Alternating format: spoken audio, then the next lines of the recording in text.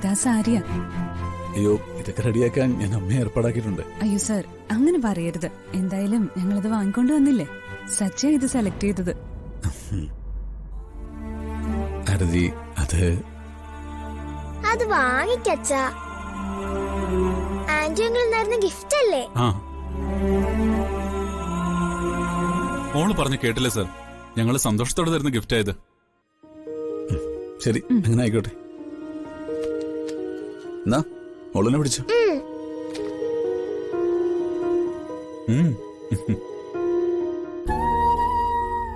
ഇത് ഞാൻ തുറന്നാക്കട്ടെ?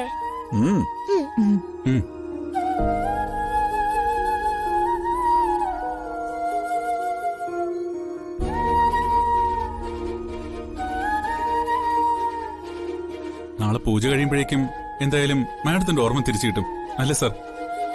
അങ്ങനെയാ എന്റെ പ്രതീക്ഷ. എല്ലാം ശരിയാവും സാർ. എല്ലാ ഓർമ്മകളോടും കൂടി സാറിന്റെ പഴയ വൈഫിനെ സാറിന് തിരിച്ചു കിട്ടും. ഓർമ്മകളൊന്നുമില്ലാതെ ഇത്രയും കാലം ഒരാൾ ജീവിക്കാന്ന് പറഞ്ഞാൽ തന്നെ വലിയ പ്രയാസമാണ്. അതെ, സമൃദ്ധ അനുഭവിക്കുന്ന ദുഃഖത്തിന്റെ ആഴം ഞാൻ അടുത്ത് നിന്ന് കണ്ടറിഞ്ഞിട്ടുണ്ട്. കഴിഞ്ഞില്ലേ ഇതുവരെ സംസാരം? സ്വാമിനി ആന്റി, ഇന്ന് രാത്രി ഞാൻ അമ്മയോട് ഇറങ്ങിക്കോട്ടെ? അയ്യോ, അത് പറ്റില്ല. ഇന്നത്തെ രാത്രിയാണ് ഏറ്റവും പ്രധാനപ്പെട്ടത്. ഉറക്കത്തിലൊരു ചെറിയ ശബ്ദം പോലും അമ്മയെ ഡിസ്റ്റർബ് ചെയ്യാൻ പാടില്ല മോളെ. അമ്മേ, നാളെ മോക്ക് അമ്മയുടെ കൂടെ കിടക്കാലോ? എനിക്ക് ഇന്ന് കിടക്കണം. ഒരു രാത്രിയുടെ കാര്യല്ലേ ഉള്ളൂ. അച്ഛനുണ്ടല്ലോ കൂടെ. വാ മോളെ, നമുക്ക് കിടക്കാം. വാ. അച്ഛൻ്റെ കൂടെ ചെല്ലു മോളെ. അമ്മേ, എന്തിനാ വിഷമിക്കുന്നേ? നാളെ മുതൽ പഴയതുപോലെ നമ്മൾ രണ്ടുപേരും ഒരുമിച്ചല്ലേ ഉറങ്ങുന്നേ?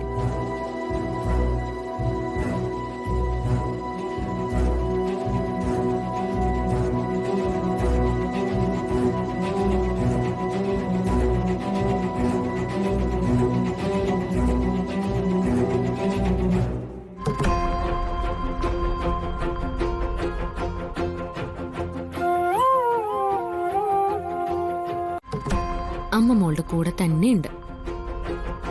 മോളെ ഇട്ടേച്ച് അമ്മ എങ്ങും പോവില്ല.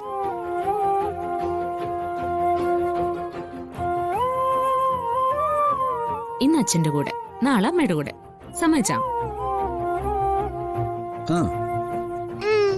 എന്നാ മോൾ അച്ഛന്റെ കൂടെ ചെല്ല. ഗോകുൽ, ഒരു മിനിറ്റ്. നാളെ സമൃദ്ധയെ പൂജയ്ക്ക് ഒരുക്കിക്കൊണ്ട് പോകുന്നത് ഇവിടെ നിന്നാണ്. അതിനു മുൻപ് നിങ്ങൾ തമ്മിൽ ഇനിയൊരു കൂടിക്കാഴ്ചയോ സംസാരമോ ഉണ്ടാവില്ല.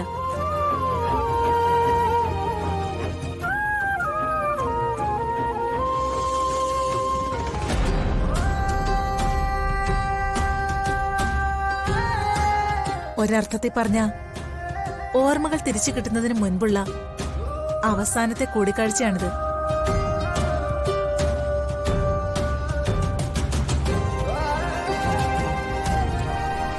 പ്രത്യേകമായിട്ട് സമൃദ്ധിയോട് എന്തെങ്കിലും പറയാനുണ്ടെങ്കിൽ ഇപ്പൊ പറയാം.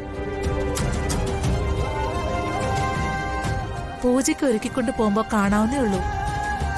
വ്യക്തിപരമായ ഒരു കാര്യങ്ങളും സംസാരിക്കാൻ പാടില്ല.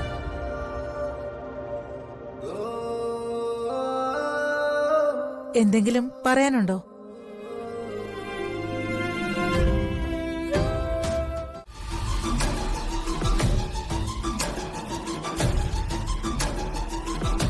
മേഡം ഒന്നും കൊണ്ട് പേടിക്കണ്ട. മേഡത്തിന്റെ ശത്രുവിനെ തീർത്തിട്ടേ ഞാൻ ഇവിടുന്ന് പോകും. അത് ഉറപ്പുള്ളതുകൊണ്ടല്ലേ തന്നെ ഞങ്ങൾ ഇങ്ങോട്ട് കൊണ്ടുവന്നത്. സച്ചിയും അർച്ചനയും അവരാണ് മേഡത്തിന്റെ പ്രധാന ശത്രുക്കൾ. ഒരാൾക്ക് ഓർമ്മയില്ല, മറ്റൊരാൾ 10 കൊല്ലമായി അവൾക്ക് വേണ്ടി കാത്തിരിക്കുന്നു. രണ്ടുപേരും തമ്മിൽ കണ്ടുമുട്ടിയ അവർ മേഡത്തെ തീർക്കും. അതല്ലേ കറക്റ്റ്? അതെ. അതിനു മുമ്പ് സച്ചി അർച്ചനയും എനിക്ക് ഫിനിഷ് ചെയ്യണം. അർച്ചനയ്ക്ക് ഓർമ്മ തിരിച്ചു കിട്ടിയാൽ ആ നിമിഷം സച്ചി തീർത്തേക്കണം. അതിലൊരു കോംപ്രമൈസും ഇല്ല. അവളെ ആ ഹോസ്പിറ്റലിൽ വെച്ച് കണ്ടപ്പോ ഞാനും ഒന്ന് ഞെട്ടി. അഡ്വക്കേറ്റ് ഗോകുലിന്റെ ഭാര്യയായിട്ടാ അവൾ ഇപ്പൊ ജീവിക്കുന്നതെന്ന് അറിഞ്ഞപ്പോ ഞാൻ പിന്നെയും ഞെട്ടി. അവളെ തീർക്കാനുള്ള വഴി അന്വേഷിച്ച് ഞാൻ അവളോട് സൗഹൃദം നടിച്ച് ആ വീടിനകത്ത് കയറി. ഇപ്പോ അവൾ എന്റെ കയ്യിലെ കളിപ്പാവയാ. അപ്പൊ പിന്നെ മാഡത്തിന് അവളെ തീർക്കാൻ എളുപ്പമാണല്ലോ. അതിന് തന്നെയാണല്ലോ ഞാൻ അവളെ സ്നേഹിച്ച് ആ വീടിനകത്ത് വരെ കയറിയത്. സച്ചിയും അർച്ചനയും തമ്മിൽ ഒരിക്കലും കണ്ടുമുട്ടരുത്. കണ്ടുമുട്ടാൻ അവൻ ഉണ്ടാവരുത്. പറ്റുമെങ്കിൽ ഈ രാത്രി തന്നെ അവനെ തീർക്കണം. സച്ചി അർച്ചനയും ഒന്നിച്ചേരുന്നല്ലേ മാഡത്തിന്റെ പ്രശ്നം? അത് ഞാൻ തീർത്തുതരാം. സച്ചി അവനെ ആദ്യം തീർക്കേണ്ടത്. അർച്ചനയ്ക്ക് ഓർമ്മ കിട്ടിയാലും അവള് ഗോകുലിന്റെ ഭാര്യയായിട്ട് തന്നെ ജീവിക്കണം. പക്ഷേ പിന്നെ ഞാൻ അവനെ വെച്ചേക്കില്ല. അവൾക്ക് ഓർമ്മ കിട്ടുന്നത് അവനുള്ള മരണമണിയാ.